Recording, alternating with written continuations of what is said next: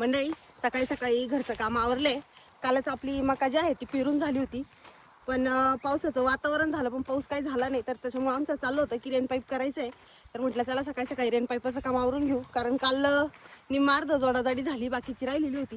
तर म्हटलं चला सकाळी सकाळी जाऊन आधी ते काम करून घेऊ, कारण आभाळ तर येतंय पण पाऊस काही पडत नाहीये, त्यामुळे पाण्याची पण सोय करावी लागेल.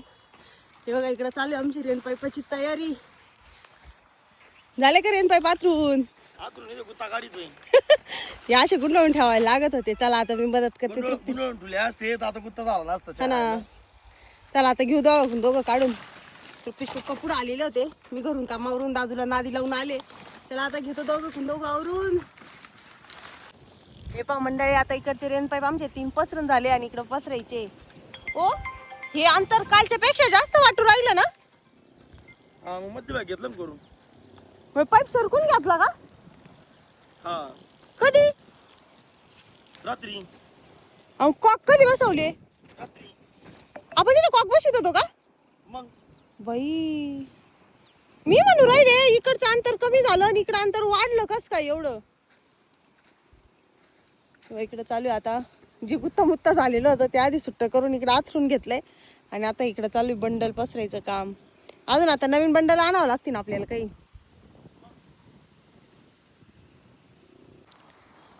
आणले का बंडल? आणले भाऊ. मला खायला आणलं का? कॅडबरी खायची तुला? हा मग तेच मला ध्यान राहत नाही राहत. कोणती कॅडबरी आणली? राहायचंय मला. कोणती कॅडबरी आणली? आणली बाई. काजू बदाम वाली आणली होई. बरी चला. देवा हाय, देवा हाय, देवा. तुमचं प्रेम हाय मायावर. हा ना. आणली मला कॅडबरी. अजून अर्ध्या वावरातले रेन पाईप पसायचे बाकी.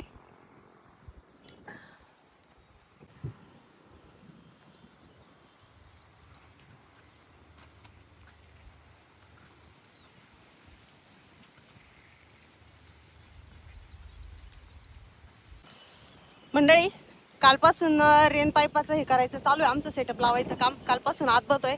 तेव्हा कुठं आता शिक अर्ध्या मकाचं रेन पाईप जे आहे ते पसरून वगैरे झालेत आणि लाईट पण आलेली आहे, तर रेन पाईप चालू पण झाली आहे. हे बघा आत्ताच लाईट आली आहे, मोटर चालू केली आहे. अजून आता पूर्ण त्याला प्रेशर यायचं बाकी, एवढ्यातच मोटर चालू झाली जस्ट.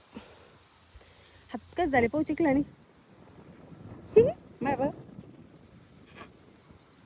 चिखलाने भरले पूर्ण. तर आम्ही मध्ये वरती जे आहेत मका जे आहे तर ती अशी पेरलेली आहे.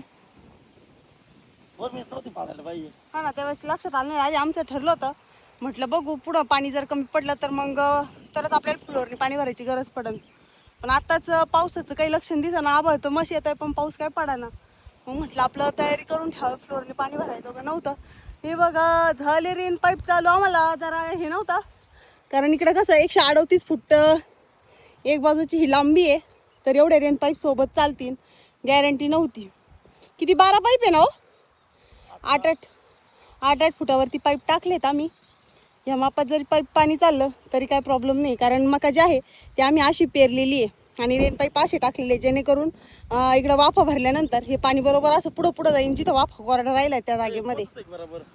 हे काय पोचतंय ना, टेन्शन नाही. कसे झालेत रेन पाईप, मस्त चालू झाले. आता ही बाजू अजून बाकी आहे. आता इकडचं आज भरणं होऊन जाईल, तोपर्यंत आम्ही आता इकडचे रेन पाईप जे आहे ते आतरून सगळं व्यवस्थित करून घेतो. आम्हाला पाऊस जो आहे तर तो कमी झालेला आहे, म्हणजे असं एवढा काय म्हणावा असा पाऊस झालेला नव्हता. आभाळ तर इतकं भरून येतंय, तुम्ही पाठीमागं बघू शकता इतकं आभाळ आलेलं आहे मंडळी. असं वाटतं आज दुपारला पाऊस होईल, पण हे वारं पण त्याच प्रमाणामध्ये सुटलेलं आहे, एकदम जोरात.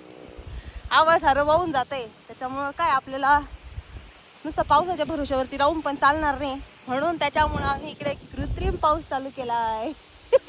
रेन पाईप कसं आहे मग, त्याला पाणी पुरलं पाहिजे ना. पुरण पेरून भिजणार आहे व्यवस्थित. आता हे काय कापू राहिले इकडं? काय हे काय कापू राहिले तुम्ही आता? इथे ना मेरे कत्तर मारायची इथून तिथून कडा काढायला. म्हणून आधी येड्या बाबळी कापून घ्यायचा का? हा कापून टाकीचं ना, लहान लहान तेच म्हणजे मेरा कत्तर मारताना टेन्शन नाही यायचं. ते आहे. पावसाळ्यातले गबळ होतं, नाही तर हिरो पाणी हे झाल्यावर. इथून तू मारणं लय गरजेचं आहे. एक तर आपलं पोरग कसं काढा नाही हिंडत राहत. सगळं काढून घेते आता हे. आता हा काय लाड आहे चक्कर असं कसं उभा राहून. पप्पी बिप्पी काही द्यायची नाही, पण पप्पा शिवाय हे नाही करायचं. उतर खाली चल, पप्पाला बाय कर चल आता. बाय, मला शेतात जायचंय. बाय. उतर खाली चल बाय, तिकडून उतरव त्याला. घेऊ नाही, तिला घे नाही. गं. मी येऊ का? घे ना उतरून, चाल ना, मला काम आहे. चल सरत चल. बाबू. पप्पाला बाय कर. बाय. पप्पी घे बाई, चल. माझी घे ना.